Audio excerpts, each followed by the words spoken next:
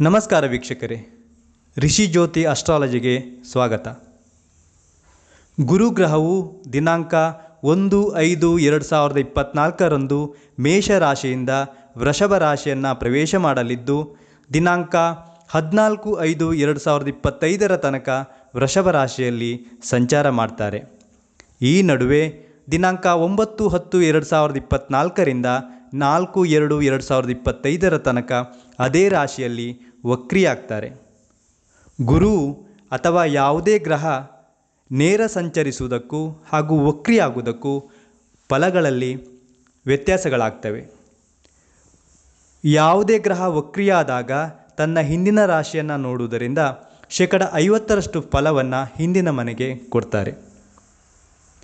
ಆದ್ದರಿಂದ ಗುರು ನೇರ ಸಂಚಾರದಲ್ಲಿರುವಾಗ ಹಾಗೂ ವಕ್ರಿಯಾದಾಗ ಯಾವ ರಾಶಿಯವರಿಗೆ ಏನೇನು ಫಲ ಎನ್ನುವುದನ್ನು ನೋಡೋಣ. ಸಾಮಾನ್ಯವಾಗಿ ಗುರು ಒಂದು ರಾಶಿಯಲ್ಲಿ 1 ವರ್ಷಗಳ ಕಾಲ ಸಂಚಾರ ಮಾಡ್ತಾರೆ. ಗುರು ನಮ್ಮ ರಾಶಿಯಿಂದ 2ನೇ ರಾಶಿ, 5ನೇ ರಾಶಿ, 7ನೇ ರಾಶಿ, 9 ಹಾಗೂ 11ನೇ ರಾಶಿಗಳಲ್ಲಿ ಸಂಚಾರ ಮಾಡುವಾಗ ಶುಭ ಫಲವನ್ನು 1, 3, 4, 6, 8, 10, 12ನೇ ಮನೆಗಳಲ್ಲಿ ಅಶುಭ ಫಲವನ್ನು ಕೊಡ್ತಾರೆ ಅಂತ ಜ್ಯೋತಿಷ್ಯ ಹೇಳ್ತದೆ. ಹಾಗೆ ನಮ್ಮ ಅನುಭವವೂ ಕೂಡ.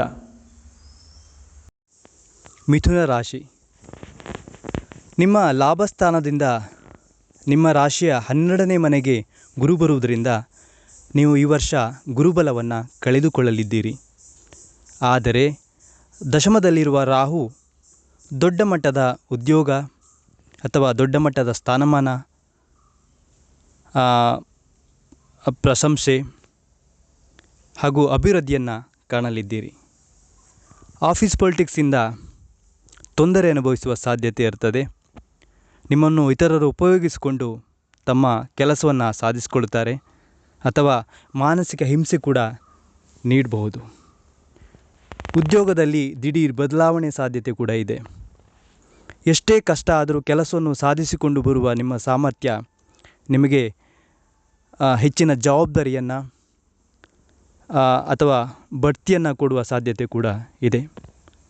ಸಂಗಾತಿಯಿಂದ ಮನಸ್ಸಿಗೆ ಬೇಸರವಾಗಬಹುದು.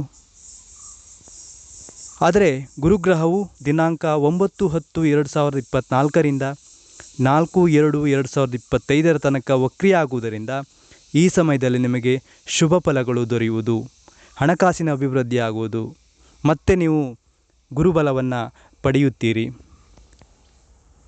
ವಕ್ರಿ ಬಿಟ್ಟ ನಂತರ ಗುರುಬಲವು ಕಡಿಮೆಯಾಗಿ ಮತ್ತೆ ಇದೇ ರೀತಿಯ ಸಮಸ್ಯೆಗಳು ಕೂಡ ಬರುವಂಥ ಸಾಧ್ಯತೆ ಇರ್ತದೆ.